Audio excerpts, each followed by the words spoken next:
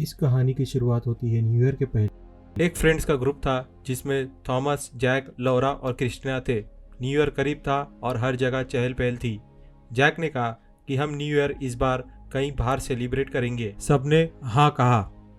फिर जैक ने सुझाव दिया क्यों ना हम इस बार न्यू ईयर उसके गोवा के फार्म हाउस में करें। ये बात सुनते ही थॉमस घबरा गया और वह कांपने लगा और थॉमस के पसीने छूटने लगे। थॉमस ने जोर से कहा, नहीं, मैं नहीं जाऊंगा वहां पे। जैसे कि थॉमस को पता था कि उस फार्म हाउस में कुछ तो गड़बड़ है। सब ने थॉमस को मनाने की बहुत कोशिश की, फिर भी वह नहीं माना। आखिर में लौरा ने थॉमस से बात की और थॉमस मना नहीं कर पाया। फिर दूसरे दिन सब गाड़ी से गोवा के लिए निकल पड़े। रात का समय हो गया था। सब एक दूसरे से बात ही कर रहे थे कि अचानक से रास्ते में जाते ही एक काली बिल्ली उनके गाड़ी के नीचे आ गई।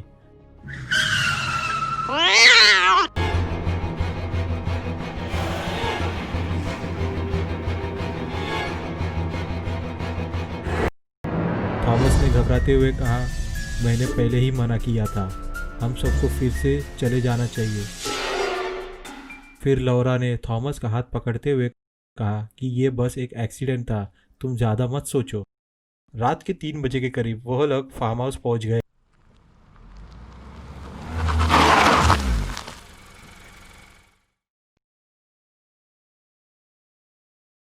अंदर आने से मना करने लगा। उसने जैक और उसके दोस्तों को मना किया अंदर जाने से, पर वो लोग बिना सुने ही अंदर चले गए।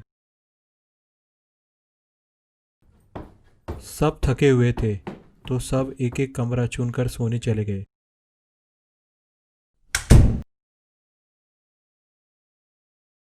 लाइट ना होने के कारण लौरा सो नहीं पा रही थी।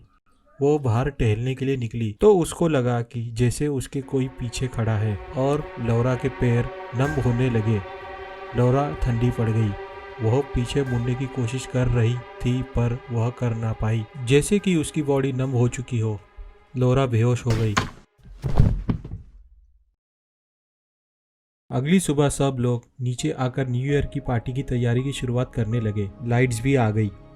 शाम का समय हो गया, सब सेलिब्रेट करने लगे। फिर जैक ने थॉमस से पूछा कि लौरा कहाँ है, सुबह से नजर नहीं आई। थॉमस ने कहा कि मुझे नहीं मालूम, मैंने भी उसे सुबह से नहीं देखा। फिर अचानक से लौरा सीढ़ियों से नीचे आ गई।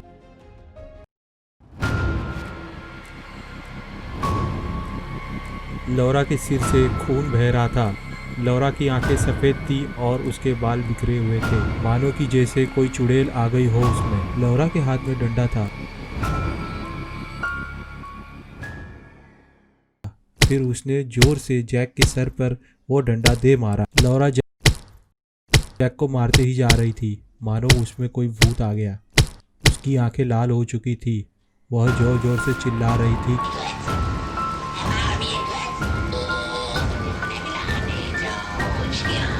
उसी समय फार्म का केयरटेकर प्रीस्ट को लेकर आता है, जो कि फिर लौरा पे होली वाटर डालकर उसको एक्सोसिस के लिए बेड से बांध देता है।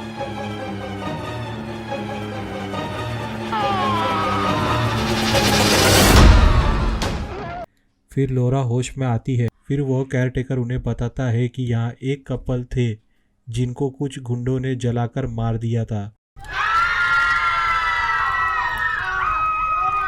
तब से यहाँ फार्म हाउस में उनकी आत्मा भटक रही है। ये बात थॉमस को पता था। उसे लगा कि अगर ये बात मैं बताऊंगा तो सब मेरा मजाक उड़ाएंगे, इसीलिए वह ना बोल पाया। जैक को बैंडेज लगाने के तुरंत बाद ही वो सब लोग फार्म हाउस छोड़ के चले जाते हैं, पर उन्हें क्या पता था कि वो लोग फार्म हाउस अकेले छोड़कर नहीं जा रहे।